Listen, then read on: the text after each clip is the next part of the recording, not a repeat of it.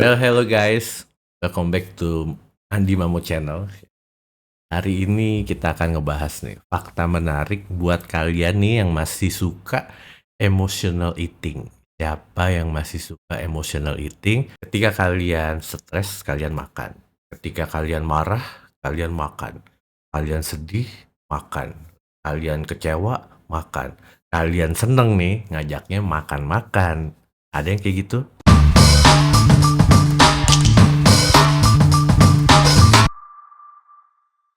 Yuk kita bedah nih, kenapa sih ya kita sering dapet banget emotional eating. Nah, gue tadi udah nyari ya, gue nanya ke Gemini, fakta menarik kenapa kamu bisa emotional eating. Jawabannya dia nih ya, emotional eating tuh disering kali disalahartikan sebagai sekedar kurang disiplin. Padahal sebenarnya itu ada mekanisme biologis nih dan psikologis yang kuat ya di balik itu semua. Ini bukan sekedar soal kamu suka makan, tapi soal bagaimana nih si otak kamu ini mencoba menyelamatkan diri ya dengan perasaan yang tidak nyaman itu. Berikut fakta-fakta menariknya nih teman-teman.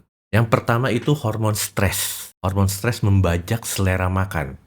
Saat kamu stres, cemas, atau sedih ya, tubuh kamu itu memproduksi hormon kortisol dalam jumlah yang tinggi. Faktanya, kortisol itu ternyata memicu keinginan spesifik terhadap makanan yang tinggi gula, tinggi lemak, dan garam, asin. Bener ya? Alasannya itu tubuhmu ini mengira kamu sedang dalam bahaya. Ya, dalam bahaya fisik mode. Akhirnya dia berubah ke mode fight or flight. Ya. Dan membutuhkan energi instan yang cepat dibakar untuk lari atau bertarung. Itulah sebabnya kamu jarang emotional eating dengan makan brokoli atau salad. Bener gak? Bener gak? Coba deh, kalau kamu misalnya makanan-makanan yang sehat, yang bernutrisi, seperti makan sayuran, protein, salad, itu nggak akan ada lonjakan dari si kortisol ini. Lalu yang kedua, mencari dopamine hit, efek penenang instan. Makan enak itu, terutama gula atau coklat ya teman-teman ya, itu memicu pelepasan dopamin di otak, yaitu zat kimia yang membuat kita merasa senang dan nyaman. Fakta menariknya, saat kamu merasa down atau kosong, otak itu mengingat bahwa makan adalah cara tercepat untuk mendapatkan dopamin effect ini. Siklusnya kamu makan, dopamin naik, merasa lega sesaat, begitu dopaminnya turun drastis, kamu ingin makan lagi untuk mengembalikan rasa lega itu. Euforia sesaat doang, bener ya? Saat kamu makan coklat, kamu merasa bahagia, merasa senang. Tapi kamu harus ingat, masalah kamu selesai apa enggak? Sedih kamu selesai atau enggak? Enggak kan? Lalu yang ketiga nih, efek bius sementara. Ya, ini adalah fakta yang jarang teman-teman sadarin. Saat kamu makan dalam jumlah banyak, ya, tubuh harus memusatkan energi untuk pencernaan.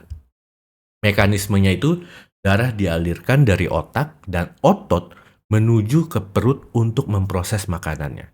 Efeknya ini menyebabkan rasa ngantuk, lemot, sering disebut sebagai food coma. Secara tidak sadar orang melakukan ini untuk mematikan atau meredam emosi yang terlalu intens atau menyakitkan untuk dirasakan saat itu. Teman-teman pasti udah sering lihat atau sering kejadian pada diri sendiri. Ketika kamu lagi marah sambil makan, tapi ini jalan terus, bener gak? Ya, teman-teman coba lihat aja deh. Pasti ada orang seperti itu. Nah, lalu yang keempat ini adalah kebiasaan masa kecil, conditioning atau modeling. Seringkali akar emosi ini tertanam sejak kecil. Contohnya nih, jika saat kecil kamu menangis, lalu orang tuamu memberikan permen agar diam, atau menanyakan prestasi selalu dengan makanan-makanan yang besar. Akibatnya, otakmu itu membentuk jalur saraf yang menghubungkan perasaan emosional itu langsung dengan makanan sebagai solusi utama. Dan bahayanya ini adalah, ini akhirnya sudah autopilot. Autopilot teman-teman. Udah masuk ke pikiran bawah sadarnya teman-teman. Jadi yuk perlu disadarin ya, Cara membedakan lapar fisik dan lapar emosional. Yaitu kalau lapar fisik datangnya itu bertahap, pelan-pelan. Kalau emosional tiba-tiba tung tung mendesak. Wah, gue pengen ini, gue pengen ini. Dan bahayanya adalah sekarang zaman udah canggih teman-teman. Teman-teman pengen apa itu sekarang bisa tinggal klik doang.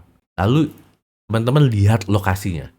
Kalau lapar fisik itu terasanya di perut. Kalau lapar emosional itu terasanya di kepala teman-teman.